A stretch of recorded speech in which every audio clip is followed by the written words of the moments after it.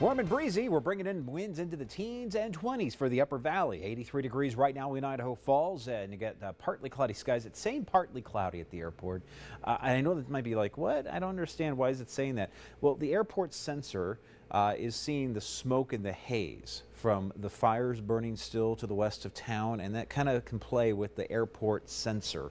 And again, that sensor is what gives you what that information is on your phone and when you're ever looking on an app or just generally at weather station data. So I know it says partly cloudy, but we can definitely see that's not the case overhead. But it is a little smoky, a little bit of haziness there, especially on the west side of town with the fire burning just to the west of Idaho Falls out towards Telegraph Hill. We got a few thunderstorms coming through the region as expected, coming out of central Idaho into the Snake Highlands. This is the China Point webcam on I-15 in Clark County. We're looking to the north, so we're looking towards your trip up towards Montana and Spencer there.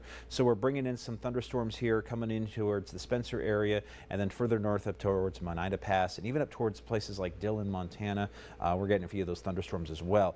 Scattered thunderstorms with us passing into extreme, again, northern reaches of the Snake Highlands here, and then getting up towards areas like Lima, and then further north towards Dillon. We are going to see a couple of these thunderstorms passing through up towards Island Park and West Yellowstone a little bit later on this evening. And the winds are calming down later tonight, but more wind in the forecast for tomorrow.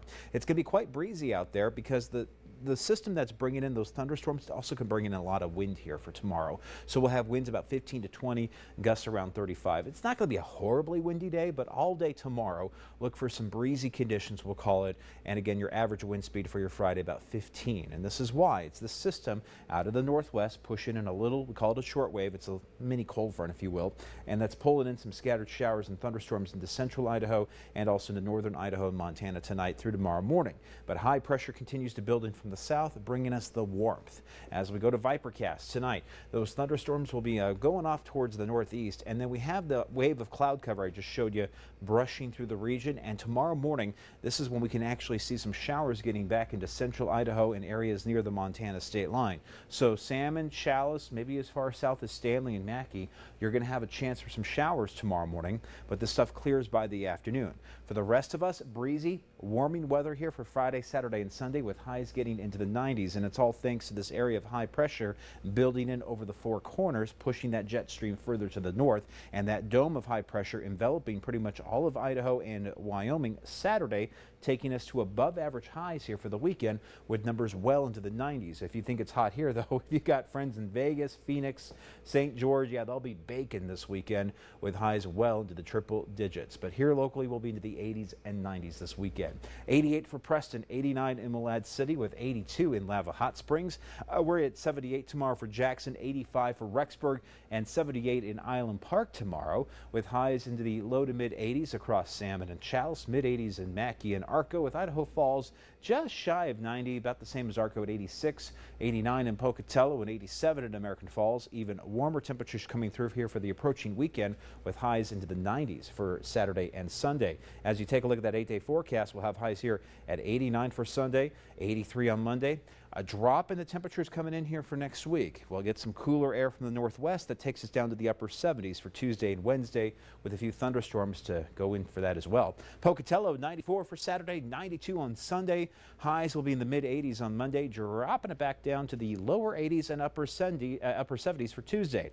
Blackfoot highs here at 93 for Saturday, 91 on Sunday. We got some thunderstorms in the mix middle to later half of next week with highs in the lower 80s by Tuesday and Wednesday. Rexburg hot this weekend with highs in the upper 80s both Saturday and Sunday. Overnight lows in the mid to lower 50s, and we'll be in the upper 70s by Tuesday and Wednesday, mid to upper 70s for the middle of next week. So again, this warming trend doesn't last forever as we pull in some slightly cooler air from the north as we get into next week. Central Idaho heating up to 91 degrees on Saturday, 86 on Sunday there for Salmon, dropping it back into the 70s for Tuesday and Wednesday. Jackson, I got you at highs here tomorrow at 78, breezy in the afternoon. Very dry weather here for the weekend with temperatures well into the 80s for Jackson. That's pretty warm for this time of the year. This would be the weekend to hit the river or just hang out by some bodies of water to cool off, with overnight lows falling back into the 50s, and we'll be into the 70s for next week. Our John Adams GMC Spirit of Idaho comes to us from Austin and Shelley, but Austin was on a little trek across Idaho, taking a look at some of the old mining setups, the old mining campsites and encampments around the region. kind of just cool little relics from years gone by. That's the thing about central Idaho and also in the southeastern Heights. We got a lot of these little mining encampments and old ghost towns and stuff to do some exploring. So if you haven't checked any of those out, I mean, some of these places are quite a hike, but they're worth it if you can make it back there. So. Think of all the things that happened there, the stories. I know, and we have had, and PBS did a fabulous documentary. They've done these shows where they've gone into these places that used to be bustling in middle of central Idaho.